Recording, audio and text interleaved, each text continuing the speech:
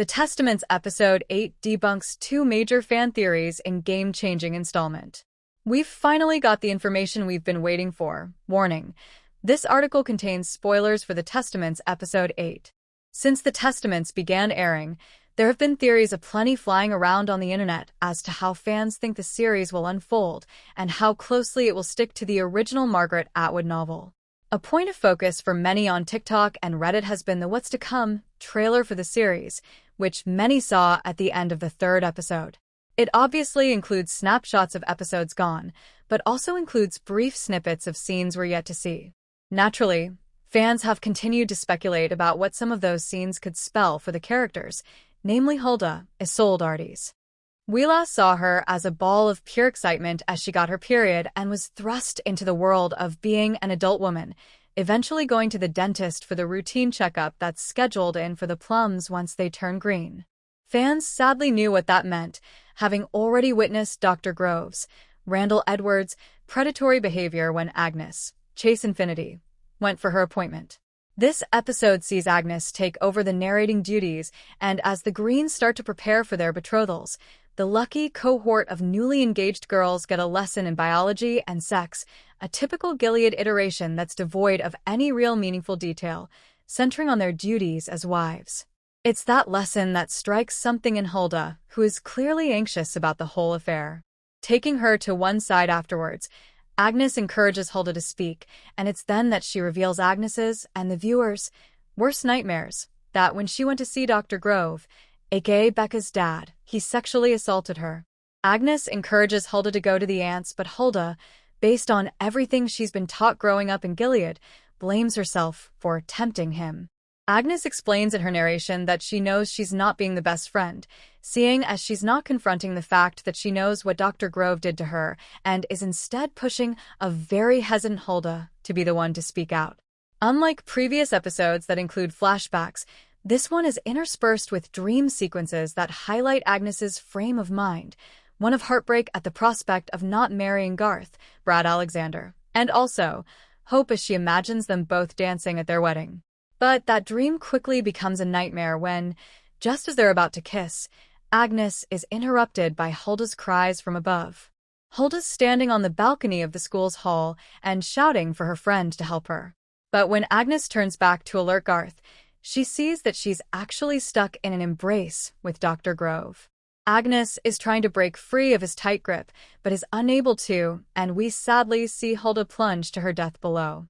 It's a scene that flashes up in the trailer, and is one that has led fans to wonder whether that would be the tragic outcome of Hulda's story, but thankfully, it was merely a figment of Agnes's imagination. When Hulda falls, Agnes snaps awake as, in actuality, she's sitting in the lunch hall across from Hulda. Many have suspected that Hulda's bright, sparky energy would quickly be dimmed once she is forced to reckon with the true darkness of Gilead, and while she doesn't meet such a ghastly end, it's clear that Agnes is beginning to see the true impact of their totalitarian society. Another fan theory that is dispelled in this week's episode is the identity of Garth's parents. Garth has undoubtedly been one of the more enigmatic characters of the show, with it being revealed early on that he's actually working for Mayday and alongside Daisy, Lucy Halliday. Playing both sides of the Gilead fence is no easy feat, and that's led fans to believe that his father could be someone that we're already familiar with: Nick Blaine, Max Minghella. Some fans have thought that Garth's father could be Nick, who was killed in the Mayday plane bomb attack, and his mother could be Nick's widow Rose, Carrie Cox. Although Alexander has acknowledged the similarities that Nick and Garth share, this theory has always had many holes in it. Not least because the timelines don't match up and Nick and Rose's son would be considerably younger than Agnes. Others have also suggested that Garth could be Serena's, Yvonne Strahovski, son Noah. The theory outlines that Serena could have joined Mayday after her escape and encouraged her son to infiltrate Gilead, with his biological father being Commander Waterford, Joseph Fiennes. Again though, seeing as the series has altered the original novel's timeline and is set just 4 years after the events of The Handmaid's Tale, then it doesn't seem likely. Working as a guardian for the Mackenzie family, Garth has continued to be the apple of Agnes's eye, but this week cements his future marriage with her best friend Becka, Matea Conforti. Throwing the first engagement party of the season is a big deal, and it turns out that an initially skeptical Becka is the one to do so, underlining her upcoming nuptials to future Commander Garth. It's also an opportunity for us as viewers to get a small window into Garth's life and his parents, seemingly doing away with circulating theories.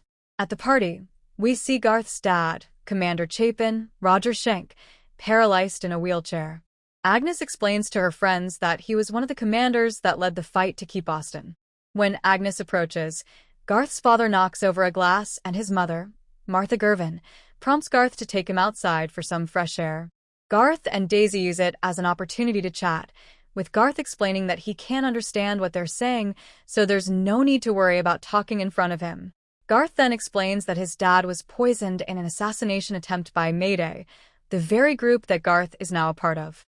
Even though Garth maintains that his father is the bravest man he's ever known, he says that he was just fighting for the wrong side. But is there more than meets the eye to Garth and Commander Chapin's story?